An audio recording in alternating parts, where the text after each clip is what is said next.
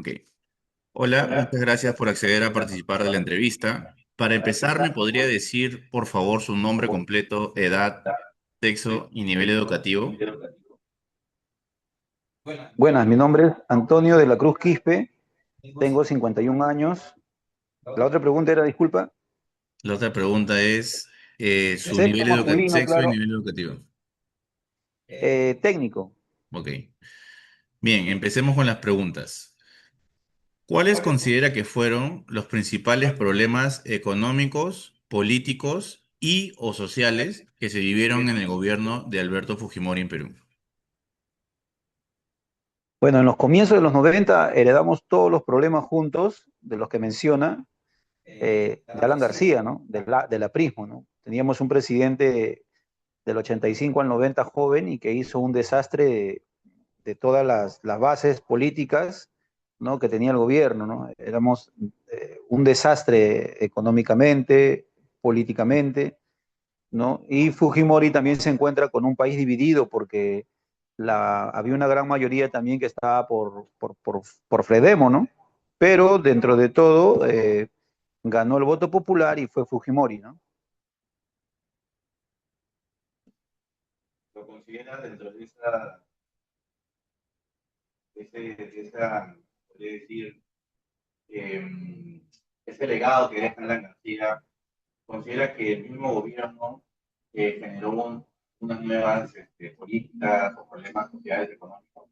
Claro, el gobierno Fujimori en sus primeros 5 años marca una diferencia económico con el tema de las privatizaciones, ¿no? Con todas sus irregularidades que hubo, pero también se ve en el tema situacional del país que era la única forma de poder abrir un mercado y de que los mercados externos o la privatización privada externa pueda confiar en un país, ¿no? Así que se hicieron cosas verdaderamente negativas en un tema económico, pero justificadas porque no había otro camino, no había otro proceso de recuperación, ¿no? Solo tenía que rematarse, ¿no? En el tema político, ese es el tema económico, en el tema político hizo algo impensado, ¿no? Que fue hacer un golpe de Estado, en el año 92 hizo un golpe de Estado, eh, y tuvo que de esa forma políticamente imponer todas sus leyes para poder gestionar, ¿no? Hoy en día, no muy lejano de aquí, Bukele ha hecho lo mismo y ha podido también sacar adelante un país, ¿no? Bukele es un ejemplo que a veces se tiene que hacer un autogolpe para poder desarrollar tus políticas, ¿no? Tus normas, tus reglas, ¿no? Para que el país pueda salir adelante. En el tema social, los dos como resultado en el tema social había pues, cierto descontento y cierto contento, ¿no? Divididos, porque para mucha gente también abrió el país, para mucha gente, ¿cómo se llama? Pudo emprender, pudo liberarse, ¿no? Y para otra gente no, sobre todo para la gente de derecha, porque acordémonos que Fujimori entra como parte del pueblo representando, se podría decir tácitamente, lo que era la izquierda, pero ayudó mucho en el tema social porque inclusive se crean muchos programas como el tema del vaso de leche. Yo fui un beneficiado puntual, yo fui un beneficiado en el tema de la escolaridad, ¿no? Me acuerdo en esos tiempos, al comienzo de los 90, Fujimori dio una ley que las dos personas en extrema pobreza por salón tenían uniforme, tenían desayuno y tenían todos los útiles. Yo tuve no suerte, en realidad mala suerte de ser muy pobre y beneficiarme con eso. Éramos yo y una persona, una chica, me acuerdo que era de Huancavelica, y terminé el colegio con eso, ¿no? Con uniforme, tuve todo, ¿no? Y también en el tema social, Fujimori hizo muchas carreteras, unió mucho el país, se puede decir, ¿no? De ahí ha habido cuestiones por las carreteras, de ahí ha habido cuestiones por los colegios, pero fue la persona que también se atrevió a hacer bastantes colegios, ¿no? Ayudó mucho al vaso de leche, a los comedores populares, ¿no? Y eso también hizo que su popularidad social crezca, ¿no? En los pueblos jóvenes, en los asentamientos, en las provincias, ¿no? Y los votos del Fujimorismo hasta el día de hoy se basan en que mucha gente de provincia vota porque Fujimori fue el único presidente en la historia del país que visitó sus aldeas, que visitó sus pueblos, ¿no? Entonces, de ahí ya hay cierto cariño, pasión perpetuo en el tema del fujimorismo, ¿no? Que gracias a eso también ha heredado la hija, ¿no? Entiendo, entiendo. En este caso, a ver, de lo que me ha comentado, vamos a ir desglosando algunas partes como para poder detallar un poco más, ¿no?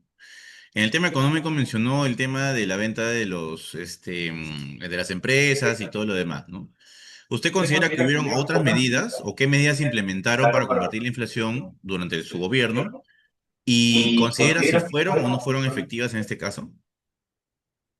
Mira, definitivamente vamos al tema de de la herencia que teníamos de Alan García, ¿no?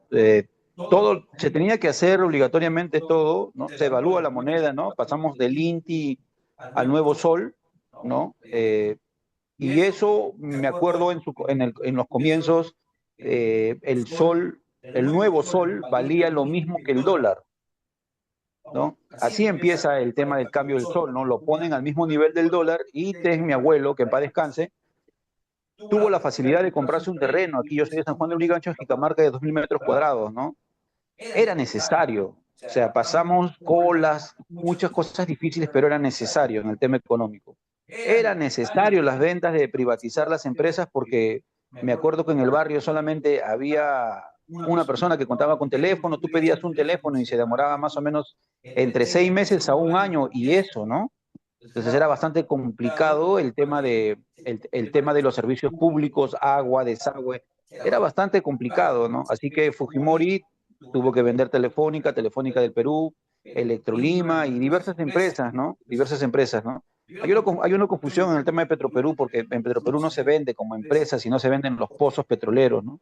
Y de ahí hay discusiones y mil en contras de cómo se trabajó, cómo se hizo, el tema de Aeroperú, por ejemplo, ¿no?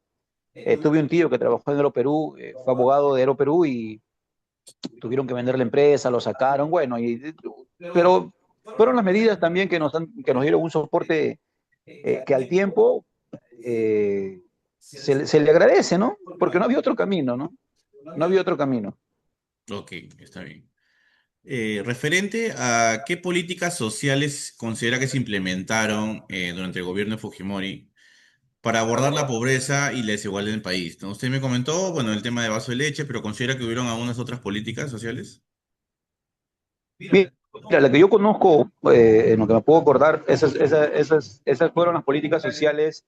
Y también, a ver, es que el tema social es bastante complejo, ¿no? La única forma de generar empleo en ese tiempo era hacer que hayan empresas, generar el tema del emprendimiento de empresas. Pero para que las empresas para que vengan, perdón, tenían que eliminar el tema del sindicato. Las empresas vivían mucho del padre y la madre de la empresa y el tema sindical era bastante fuerte. Entonces Fujimori trae la Service. Entonces abre mercado para que haya empleo. Este tema de hacer carreteras generaba empleo. El tema de hacer colegios generaba empleo. El tema de poder estar a la par con el dólar, la gente comenzaba a invertir.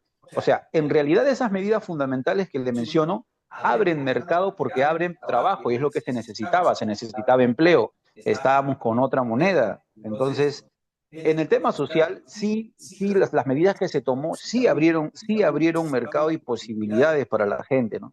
En un tema social realmente sí ayudó las medidas económicas, porque una cosa va de la otra, no van separadas. El tema económico va con el tema social, ¿no? Definitivamente, van casados, no pueden ir separados, no pueden ir divorciados. Entonces sí ayudó. Ok, está bien. Cambiando un poco de giro sobre el tema del tema social, el tema político, ¿qué opina de las medidas que se realizaron en el gobierno de Fujimori para combatir a los grupos terroristas como el Movimiento Revolucionario Tupac Amaru y Sendero Luminoso? Muy buena pregunta, amigo Ortiz. La respuesta es bastante compleja. La respuesta va a tomar tiempo, pero voy a tratar de ser bastante conciso. El tema del trabajo sobre la captura de Bimel Guzmán no es un trabajo que sea exclusivamente de Fujimori. se venía trabajando del año 87 con el tema, hacen un grupo, ¿no? El directivo de la PIC, no me acuerdo ahorita el nombre, ¿no? De las personas involucradas. Fujimori tiene la suerte de que el trabajo, el tema operativo sobre su captura de Abimael Guzmán sea en su gobierno y eso le ayudó un montón. Montesinos lo tenía, que era un experto en marketing, era un experto militar, ¿no? Lo ponen en una jaula con el tema del polo a rayas, ¿no? Y lo hace mundialmente famoso, y no sé si va entre comillas, podría ponerlo entre paréntesis. En ese tiempo la gente escuchaba mucho rock y yo escuchaba un grupo que se llamaba Rage Against the Machine, que era un grupo socialista de Estados Unidos que peleaba con el tío Sam. Ellos hacen un videoclip por ahí, por el año 94-93, y lo hacen famoso porque sale Perú y sale esa jaula y lo hacen mundialmente famoso. Inclusive, se han hecho muchas películas en Europa que jamás se han dado acá en Perú, y es más, mucha gente ni siquiera sabe que existen esas películas, con actores muy famosos. El tema de Tupac Amaru, a diferencia de Sendero Luminoso, Tupac Amaru era un tema de narcoterrorismo. Trabajaban con los narcotraficantes, pero con ideologías no izquierdistas, socialistas, ¿no? Lo supo negociar bien, supo negociarlo bien Montesinos, lo supo negociar bien, capturan a la cabeza de Sendero Luminoso y eso también dio tranquilidad y paz, ¿no? Pero tengamos en cuenta algo, tengamos en cuenta que el Perú estaba a punto de perder, ya íbamos a perder con Sendero Luminoso. Yo me acuerdo muy claro, yo he vivido en ese tiempo, vivía en Huáscar, ¿no? Eh, no había las redes sociales, no llegaba la prensa, inclusive no llegaba, ni siquiera acá en San Juan de Lurigancho llegaban los militares, ¿no? Yo he tenido la mala suerte de poder ver policías colgados con carteles por soplón. Yo visité una tía en el año 2007 en Guanta y la tía había perdido sus 14 hijos. Fue algo desgarrador. Me contaba llorando que 7 de sus hijos, todos hombres, murieron por manos de los militares y 7 murieron por manos del terrorismo, ¿no? Y ha habido bastante abuso por parte también de los grupos militares, ¿no? Ya bueno, del Sendero y del MRTA eran terroristas, ¿no? Su mismo nombre lo dice, pero también hubo mucho abuso, mucha masacre por parte del Estado, ¿no? El Estado de Fujimori tenía la orden por ambos, por Montesinos, no lo desligan, de si hay una duda matar, ¿no? No sé yo si era el camino correcto, no sé si justifica, pero así lo hicieron y así acabaron. Y hay una repercusión del MRTA en sus negociaciones, porque ya después del 2000 he sabido que Montesinos hace arreglos con los narcoterroristas y en represalias de eso, en represalias de las capturas, toman la embajada de Japón en el año 97, ¿no? Cuando se suponía que todo estaba bien, cuando se suponía que no había grupo armado, cuando se suponía que el Fujimorismo había acabado con todo en el año 97, toman la embajada de Japón, ¿no? Y ahí está, bueno, una película actual de Chavín de Guantar, ¿no? Pero eso ha sido el tema Fujimori, ¿no? Sí pudieron, se puede decir con todas sus dificultades, acabarlo, ¿no? Y sí, en conclusión, con todas las deficiencias, porque siempre la va a haber, hicieron la chamba, ¿no? Hicieron la chamba de acabar con nuestra abrigo.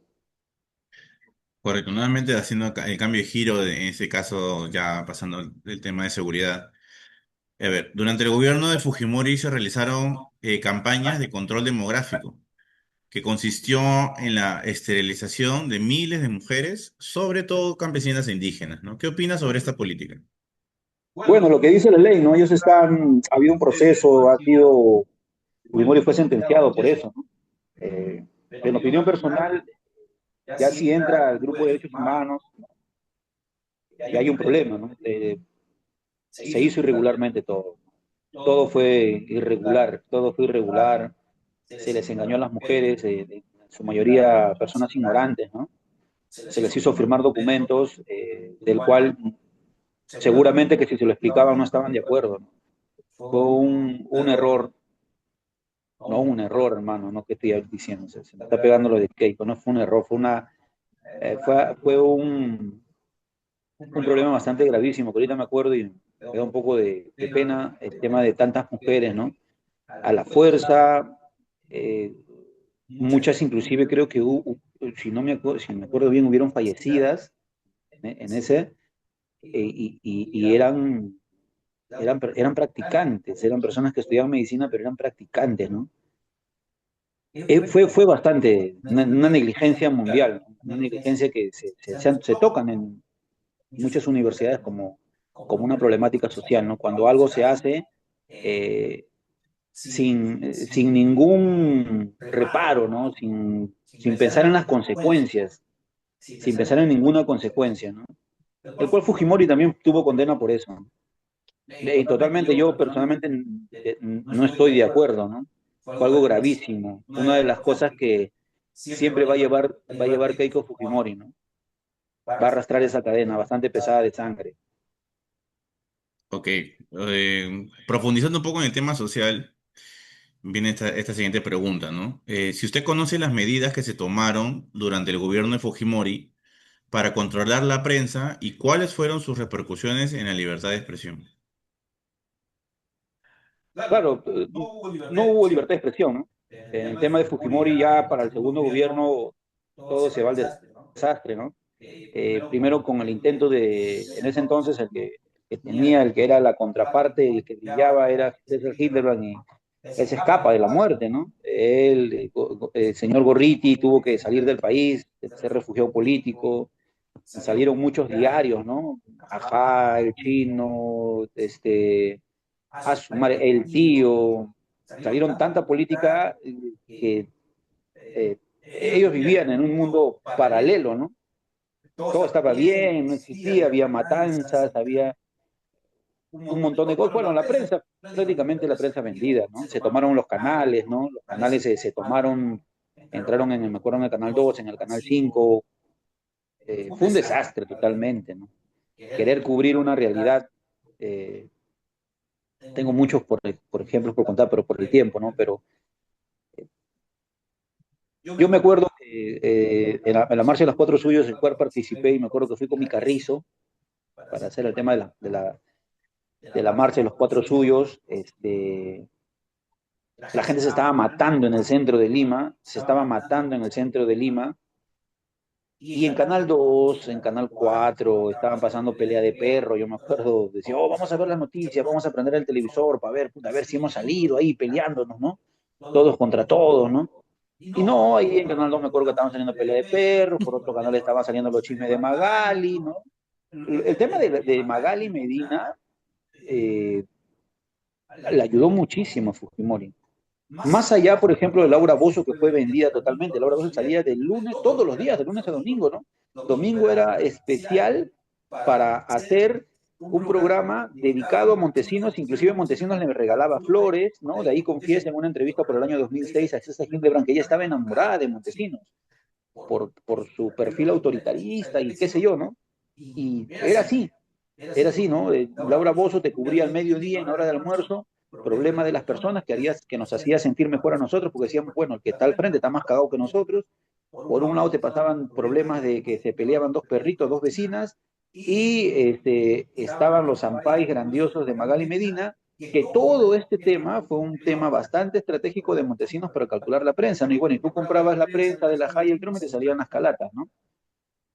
Entonces, totalmente, la prensa eh, crítica no existía. Existía, sí, pero, pucha, vaya suerte de esa gente, ¿no? Hubieron Era también perseguida. bastantes, hubieron bastantes también periodistas muertos, periodistas torturados, ¿no? Correcto, correcto. Ya para concluir, tenemos esta última consulta que sería, ¿no? ¿Cuáles fueron los eventos que considera usted llevaron a la caída del gobierno de Fujimori en el 2000 y qué consecuencias tuvo esto para el país? Mira, definitivamente son los Bloody Videos, ¿no? El primer Bloody Video que sale uno de los Curi, lo presenta el reportero de Contrapunto, sale en Contrapunto, alguien se los da.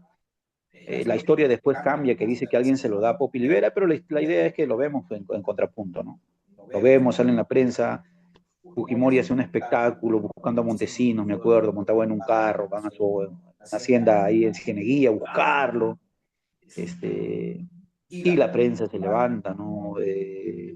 Toledo mueve a las masas, el alcalde de Lima mueve a las masas, porque todavía ha sido un fraude en ese camino de los 90, ¿no? O sea, hablar de la ley de Fujimori es bastante larga, ¿no? Pero estamos tratando de resumirlo, ¿no? Todavía ha sido un fraude en el año 95, me acuerdo inclusive Pérez de Cuellar, ¿no? El secretario de la OEA había postulado, todo fue una trafa. Y se concluye en el tema que, claro, la gente estaba siendo extorsionada, la política, la, toda la plana política había sido extorsionada porque Montesinos tenía videos de todas las personas que salieron y dicen que inclusive no han salido de todos, ¿no? E inclusive estaban ahí Gisela Valcárcel, toda la gente de prensa, o sea, cuando sucede eso, la gente explota y se hace la marcha de los cuatro suyos. ¿Cuál es la consecuencia? La consecuencia es que no se quería que se repita esto, ¿no? No se quería que se compre la prensa, no se quería que haya negligencias sociales como el tema de la esterilización de las chicas, de las mujeres peruanas, ¿no? Eh, ayudó mucho, regresa la prensa libre, hemos llevado, entre comillas, la democracia hasta estos últimos tiempos, hasta el 2016, para ser exacto, ¿no? Hemos tenido países de un país que no quiere o que no quiere, vamos a ponerlo, que se vuelva a repetir lo que se vivió en los años 90. Por eso hay este tema entre el Fujimorismo, el no Fujimori, no por Keiko, no por Fujimori, ¿no? Porque no quiere que se repita. Lo que pasó en los años 90 es un ejemplo de cómo el poder te perturba, cómo el poder perturba a un presidente que empezó haciendo bien las cosas. Yo estoy de acuerdo a sus primeros 5 años de presidente Fujimori. Inclusive le dieron la reelección a Fujimori con toda la discrepancia que hay entre las políticas, ¿no? La política, la prensa. Fujimori está bien que se mereció la reelección, pero la reelección ya no era, ¿no? Ya no era la reelección. Esto de lo que ha pasado en los 90 nos enseña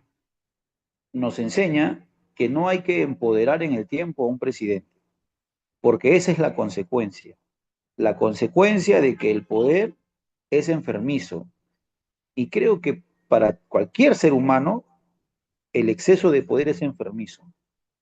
Dios me libre de eso, de tener mucho poder. Muchas gracias, señor Antonio, por su tiempo.